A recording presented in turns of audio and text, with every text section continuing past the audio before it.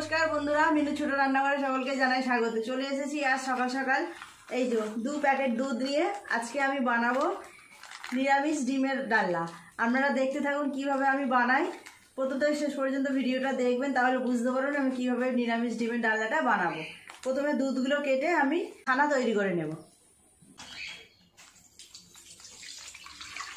1 litre দুধ নিয়েছি, জাল করে পনির করে নেব।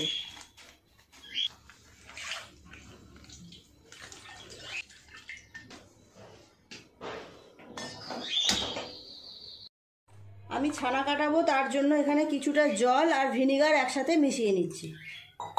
আমি ভিনিগার দিয়ে কাটাবো ছানাটা, আপনারা চাইলে লেবুর রস দিয়েও কাটাতে পারেন।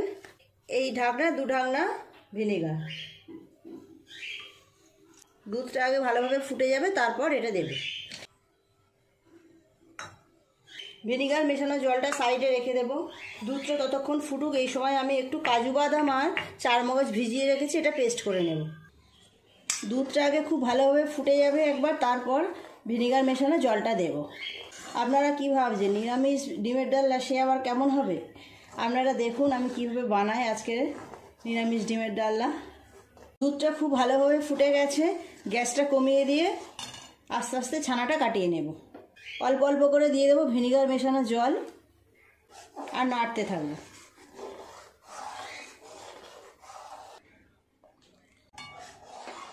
এই দেখুন ছানা কাটতে শুরু করেছে। খুব তাড়াতাড়ি এইভাবে ছানা কাটানো হয়ে যায়। খুব সুন্দরভাবে ছানাটা কেটে গেছে। একটা কাপড়ের মধ্যে জলটাকে ঝাড়িয়ে নেব। এই যে একটা কাপড় নিয়েছি, সাদা পরিষ্কার কাপড়, এইটার মধ্যে দিয়ে জলটাকে ঝরিয়ে নেব।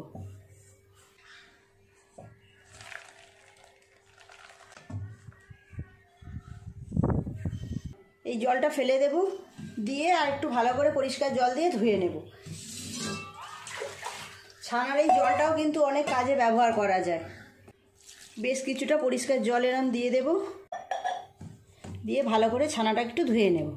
ধুয়ে নিয়ে জল ঝরাতে দেব। এইভাবে ধুয়ে নিয়েছি ছানাটা। 5 মিনিটের জন্য ঝুলিয়ে রেখে দেবো, জলটা যাতে পুরোপুরি ঝরে যায়। মিনিট 10 আমি ছানাটাকে এইভাবে ঝুলিয়ে রেখে দিয়েছিলাম। জলটা খুব ভালোভাবে ঝরে গেছে।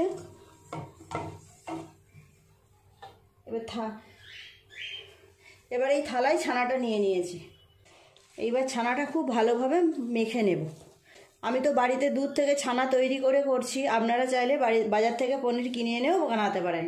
দিয়ে দেব 1 চামচ ময়দা। এই চামচের 1 চামচ নিলাম। দিয়ে দেব খুব সামান্য নুন। খুব ভালো করে ছানাটাকে আগে মাখিয়ে নেব। এইভাবে হাত দিয়ে ডলে ডলে খুব সুন্দর করে ছানাটাকে একদম মোলায়েম করে মেখে নেব। যে কোনো নিরামিষ দিনে, পুজোর দিনে আপনারা বাড়িতে এইভাবে নিরামিষ ডিমের রেসিপিটা বানিয়ে নিতে পারেন। খেতেও যেমন সুন্দর হয়, দেখতেও তেমন সুন্দর হবে। সবার বেশ পছন্দের একটা রেসিপি তৈরি হবে। এইভাবে একটু সময় নিয়ে মেখে নেব। এবার গোল গোল করে লেচি কেটে নেব।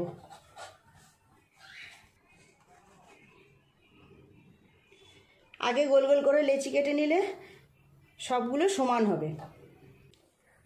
সব ছানাটা থেকে আমার 7টা বল হয়েছে, 8টা বল হয়েছে। এইটা রেখে দেবো সাইডে। বাকি এই 6টা থেকে 7টা থেকে আমি ডিমের মতো তৈরি করে নেব। আধখানা ডিম যেমন দেখতে হয় সেই রকম শেপ দিয়ে নেব। প্রথমে এরকম ভালোভাবে গোল করে নিয়ে একটু লম্বা মতো করে নেব।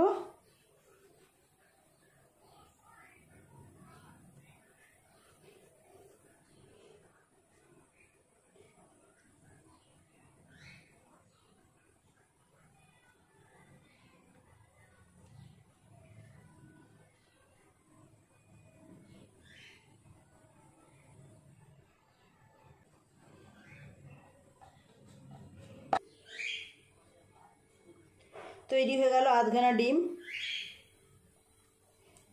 এইভাবে বাকিগুলো আমি করে নেব। এই একটা হয়ে গেছে। এরকম লম্বা মতো করে নিয়ে মাঝখানটা একটুখানি গর্ত করে দেব। এই রকম।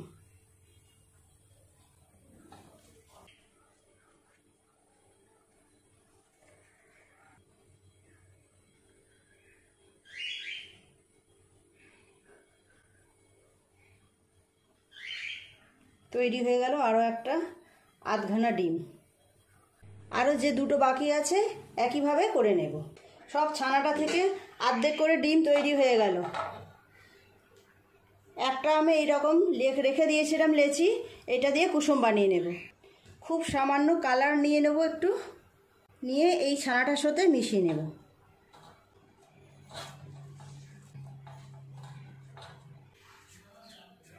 এবার এটা থেকে ছোট ছোট করে 7টা লেচি করে নেব। আমার 7টা ডিম হয়েছে যেহেতু, তাই 7টা এরকম ছোট ছোট করে লেচি করে নেব। সব বলগুলো আমি এইভাবে গোল গোল করে পাকিয়ে নিয়েছি। এবার এক একটা বল নিয়ে এইভাবে ডিমের ওপরে বসিয়ে দেব। কি মনে হচ্ছে এটা অর্ধেক ডিম।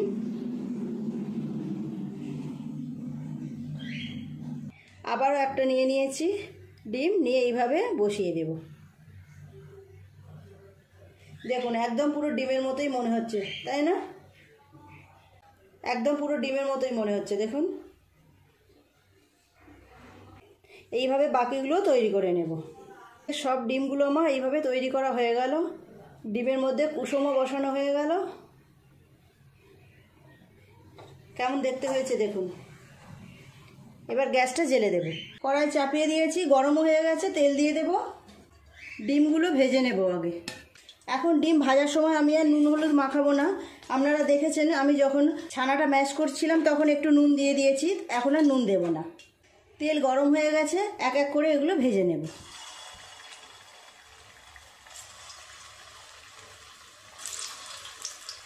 উল্টে পাল্টে অল্প একটু লাল করে ভেজে নিলেই হয়ে যাবে।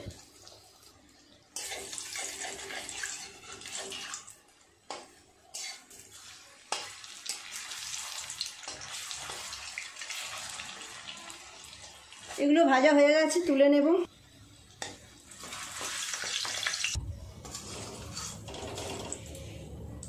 বাকিগুলো একইভাবে ভাজা করে নেব।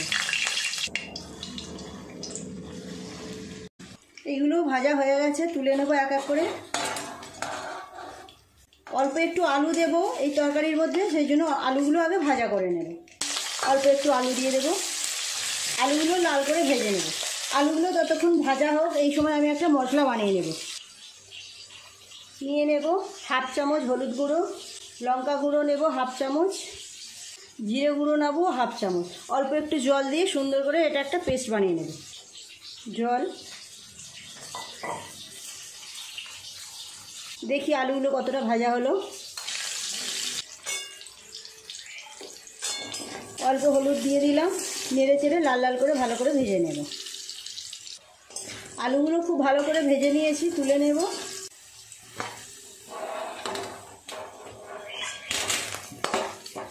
ফোড়নে দেব একটা শুকনো লঙ্কা, দুটো তেজপাতা, অল্প একটু জিরে 1/2 চামচ মতো। ফোড়নটা ভাজা হয়ে গেছে, দিয়ে দেব আদা বাটা। আদাটা একটু নেড়ে চেড়ে ভেজে নিয়েছি, কাঁচা গন্ধটা চলে গেছে। দিয়ে দেব টমেটো পেস্ট। একটা টমেটো আমি পেস্ট করে রেখেছিলাম, দিয়ে দিলাম। দিয়ে দেব মশলার যে পেস্টটা বানিয়ে রেখেছিলাম সেটা। দেব স্বাদ মতো নুন, 1 চামচ পরিমাণ দিলাম। অল্প একটু জল দিয়ে ভালো করে মশলাটাকে কষিয়ে নেব। আপনারাও একবার এইভাবে বাড়িতে বানিয়ে দেখবেন। যে কোনো দিনই আপনারা এটা বানিয়ে খেতে পারেন। দেখতে যেমন সুন্দর হবে, খেতেও বেশ ভালো লাগবে। দেখতে এতটাই সুন্দর হবে যে সবাই আপনাকে জিজ্ঞেস করবে এটা কীভাবে বানালেন। আপনারা তো দেখলেন আমি কিভাবে ডিমগুলোকে তৈরি করলাম। দিয়ে দেবো অল্প একটু চিনি। আপনারা চিনিটা না দিতে চাইলে নাও দিতে পারেন। নিরামিষ তরকারি যেহেতু, তাই অল্প একটু চিনি দিলে টেস্টটা ভালো আসবে। 3-4 মিনিট সময় নিয়ে মশলাটাকে খুব ভালোভাবে কষিয়ে নিয়েছি। দিয়ে দেবো ভেজে রাখা আলুগুলো। আলুর সাথে মশলাগুলোকে আর একটু সময় নিয়ে কষিয়ে নেব, 2-3 মিনিট কষিয়ে নিয়ে জল দিয়ে দেবো আলুগুলো সেদ্ধ হওয়ার মতো। খুব ভালো করে সব কিছু একটু নেড়ে চেড়ে নিয়ে জল দিয়ে দেবো। কি সুন্দর মশলা থেকে তেল ছেড়েছে দেখুন।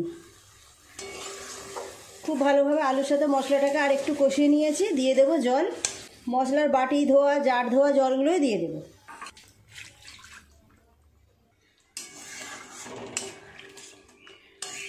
5 মিনিটের জন্য চাপা দিয়ে দেবো, আলুগুলো ততক্ষণে সেদ্ধ হয়ে যাবে। ঢাকাটা খুলে এবার দেখবো আলুগুলো কতটা সেদ্ধ হলো।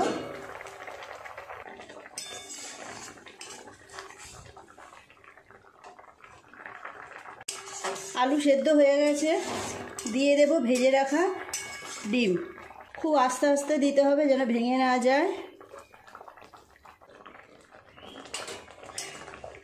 মিনিট 2 ফুটিয়ে নিলেই তৈরি হয়ে যাবে নিরামিষ ডিমের ডালনা। ডিমের ডালনা পুরোপুরি রেডি হয়ে গেছে। ওপর থেকে একটু কসুরি মেথি গুঁড়ো করে ছড়িয়ে দেব। আমি তো কসুরি মেথি দিয়েছি, আপনারা চাইলে কসুরি মেথির পরিবর্তে ঘি গরম মশলাও দিতে পারেন। গ্যাসটা অফ করে দিই, এবার নামিয়ে নেব। হয়ে গেছে।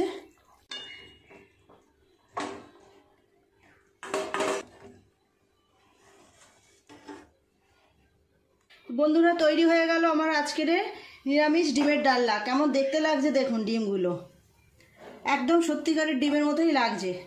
একটুখানি ধনেপাতা ওপর থেকে সাজিয়ে দেব। দারুণ সুন্দর সেন্ট বেরোচ্ছে। যেমন সুন্দর দেখতে হয়েছে তেমন সুন্দর গন্ধও বেরোচ্ছে, খেতেও হবে খুব সুন্দর। তো প্লিজ বন্ধুরা, আজকের রেসিপিটা কেমন লাগলো কমেন্ট করে জানাবেন।